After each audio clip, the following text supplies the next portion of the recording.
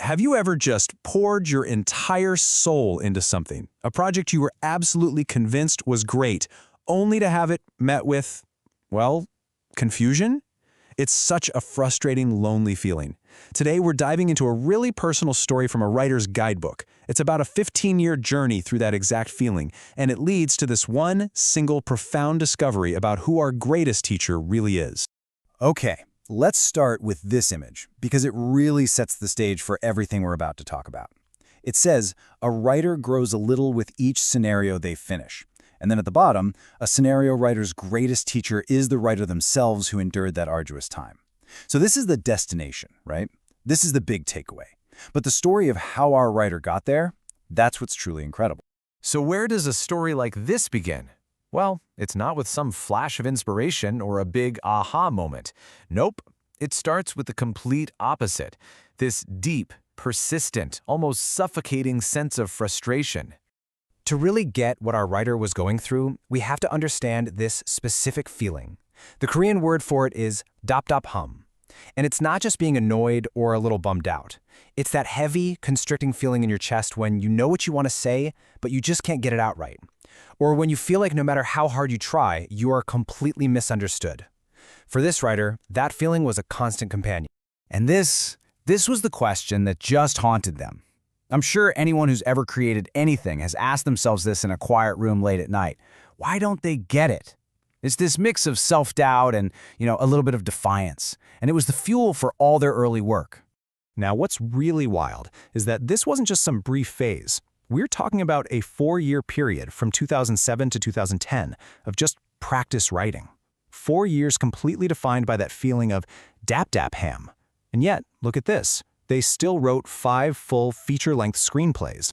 So the work was happening, but that feeling of shouting into the void, it just would not go away. So you'd think after 4 years something would give, right? Well, not exactly.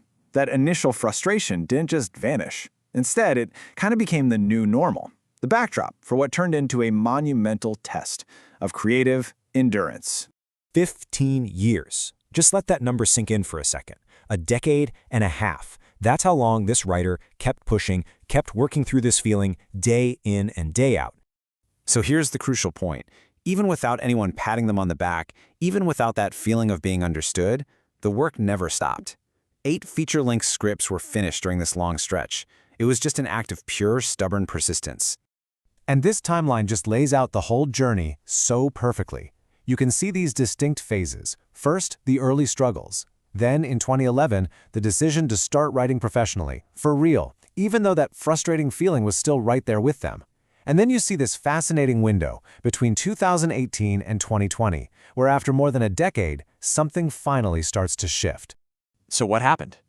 After years and years of pushing against this invisible wall, a crack finally appears. What on earth caused such a huge shift?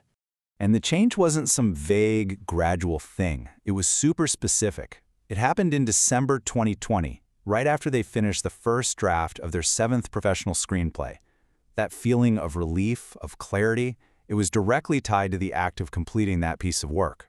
Looking back, the writer points to this specific 3-year period as the most important time in their entire career.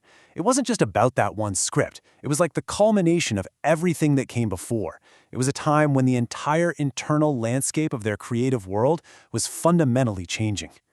So this newfound clarity, this lifting of a fog that had just been hanging around for over a decade, it led the writer to ask a really critical question. And that question, in turn, revealed an even more powerful answer. Why now? I mean, you'd have to wonder, right? After 15 years of struggling, why was this the moment the breakthrough finally came? The writer needed to understand what was different. What was the secret? What was the lesson? And the answer? Wow, it's so simple but so incredibly profound. It wasn't a book or a mentor or some new technique. When the writer searched for the reason, it all boiled down to one thing: themselves. The person who had endured. The teacher was the version of themselves who sat in that chair day after day, year after year, and just refused to quit. And this, right here, this is the core insight of the whole story. Creativity, especially something like writing, isn't something you can just learn from a lecture. It's forged in the fire of actually doing the work, especially when the work is hard. The lesson wasn't hidden in the hardship, The act of enduring the hardship was the lesson itself. And this brings us full circle, right back to where we started, with this final, really empowering thought. Your greatest mentor is your own resilience. And it leaves us all with a pretty big question for whatever creative thing we're trying to do. Are you waiting for the right teacher to show up, or are you willing to become that teacher for yourself, simply by enduring and finishing the work?